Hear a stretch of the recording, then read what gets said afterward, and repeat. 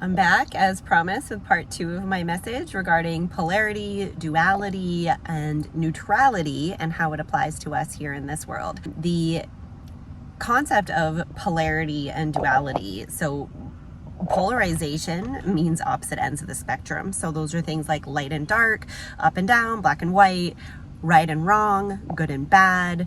And because we live in this world of polarity, we experience duality. And duality is being able to kind of hold both, right? And to experience both ends of the spectrum. And that's important to understand because, as you all know, we're made of energy waves.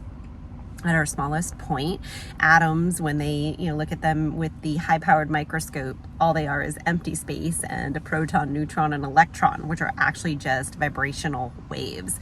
And vibrational waves are affected through resonance by other vibrational waves that are vibrating at the same rate and frequency and density as each other. So like attracts like. This is a magnetism that is the basis of our world, and it's very well known, very scientifically researched. I'm not going to go too far into that in this video, but I want to bring it up because from the beginning of our lives, we come in already magnetized to certain polarizations through, and we can call it like inherited DNA, whatever. It's all energy. And we've actually proven now in science that our DNA can literally change based on the thoughts that we think. So nothing is set in stone. Nothing is like you're born with this. It's hereditary. It's done. There's nothing you can do about it. Our bodies are constantly changing over time. So keeping that in mind, what we want to understand is that we come in already sort of magnetically charged to either end of a polarity on every subject. And as we live life, we continue to add charges on one end or the other of the spectrum. So this is, things like our beliefs and opinions and experiences and traumas and, everything that we filter our world through has either a positive or a negative charge. And that positive or negative charge, when we store it in our system, in our being, in our consciousness, it either repels or attracts. So you're either holding on to a point of energy, a charge, so to speak, like an energetic charge that's magnetizing in a push form, meaning like when you put the two ends of a magnet together and they don't go together, you're literally repelling certain energies from you when you hold on to that end of the polarity. Or it's an attraction charge that you're holding on to, which is drawing things to you. Now think about that, whether it's positive or negative charge, both of those can also be positive and negative. So if I'm holding on to a positive charge for lack, I'm going to be attracting more lack into my life. If I'm holding on to a positive charge for love, I'm going to be attracting more love into my life. Now, if I'm holding on to a negative charge for lack, I'm going to be rejecting and repelling lack from my life. And if I'm holding on to a negative charge for love, I'm going to be rejecting and repelling love from my life. So does that make sense? Now, it seems like we would want to just okay, so I just need to attract what I want to attract and repel what I don't want to repel. But it doesn't work that way, because when we repel something through magnetic interference or electromagnetic impulse, which happens automatic. Again, this is subconscious, this is energetic, this is in your consciousness, this isn't something you're aware of. When we repel something, it sends out a reverberation, because like attracts like. There is a cause and effect, and when you send out the reverberation of the repellent, it sends out that ripple effect, and it's gonna come back to you because you've had that rejection of the energy. And our bodies are meant to move and flow through energy, not reject. So when we reject it, it automatically at some point is going to have a ripple effect that bounces back to you, so that you have a chance again to either reject or accept the energy. Now, accept doesn't mean that we're putting a positive charge on it. It doesn't mean that we're saying, okay, you're treating me disrespectfully. I repel that energy by sending energy back that fights you on that, or that's triggered energy, basically, whatever that response is for you. Maybe you call them a jerk, or maybe you run away, go and hide and cry and say, I don't know why everyone's so mean to me. Whatever your reaction is, You've sent that repellent energy out, and it's going to come back to you so that you have an opportunity to choose differently, to react differently, because you continuously will experience the same reverberations over and over again until you choose a different point of attraction.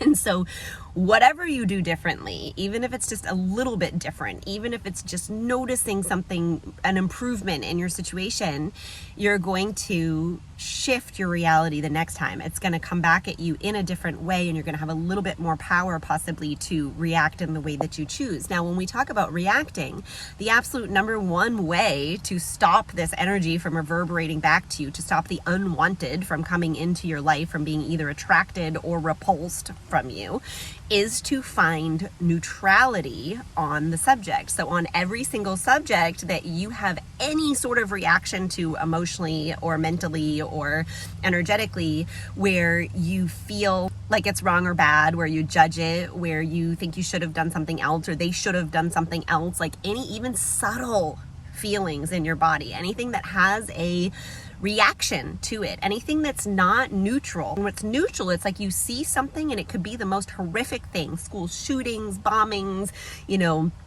sex trafficking, you name it, and you can see it and your mind can understand like that is an unwanted experience, and that's, and you have empathy for the people who are experiencing that, but you're not pulled into that reality by your point of consciousness being tied in with it and causing an emotional reaction inside of you. It's like you're watching it go by. It's like, oh, yes, I see that happening, and I'm not going to allow myself to live in that reality, or I'm not going to allow myself to be pulled into the undertow. And the way that we do that is by coming to neutrality with all of those little pieces. So every time you have a reaction to something, it's your duty, it's your power to look within. Where is that charged in my body? Where am I holding a repulsion or a attraction to this energy?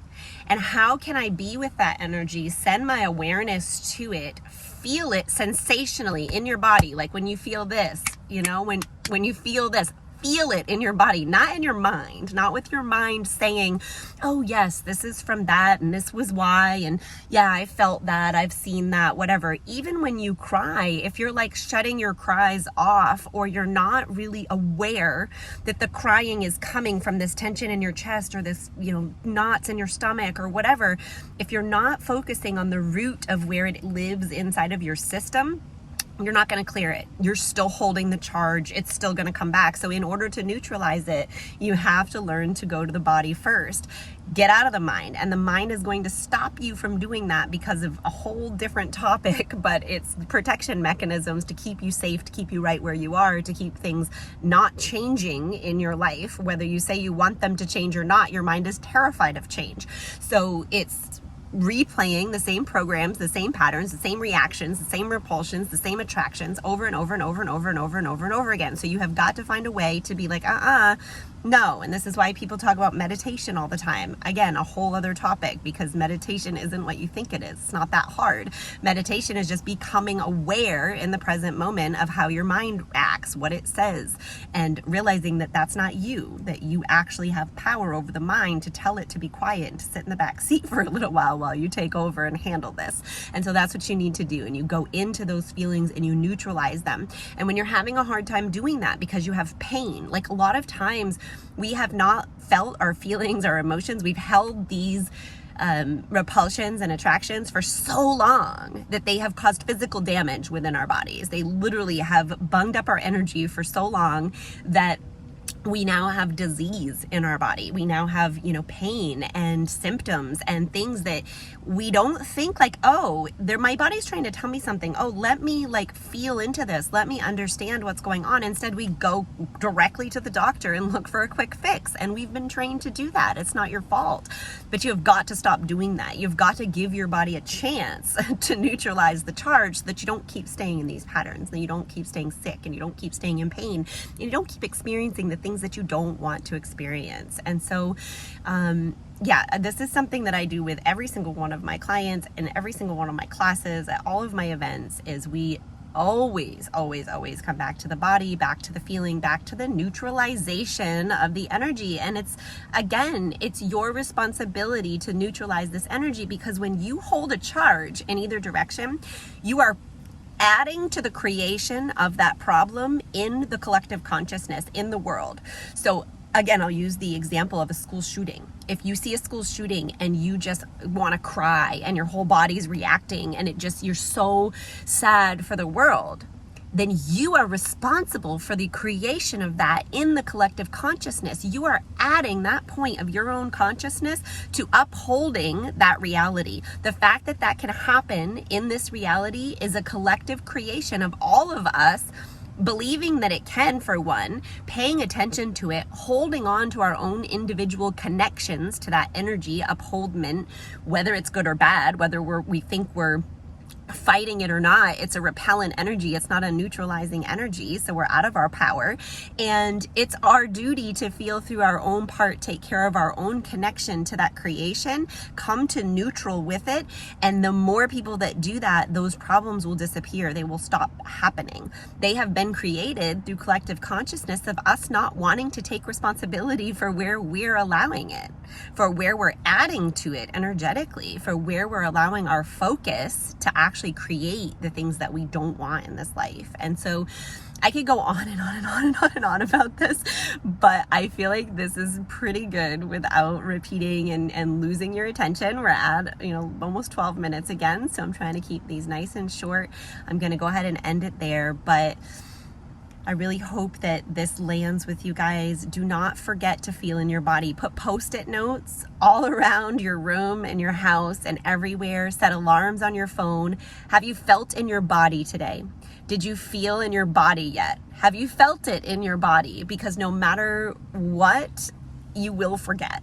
It's something, it takes practice and training to default to feeling in your body first, to default to allowing your body to communicate with you. Because anytime you have any sensation in your body, good, bad, or otherwise, painful, disease, whatever, sickness, it's your body trying to speak to you. And sometimes it's your body saying, sit down and freaking rest, go to bed, and we don't listen. We're like, oh, I can't, I gotta do this, I gotta do that, I gotta.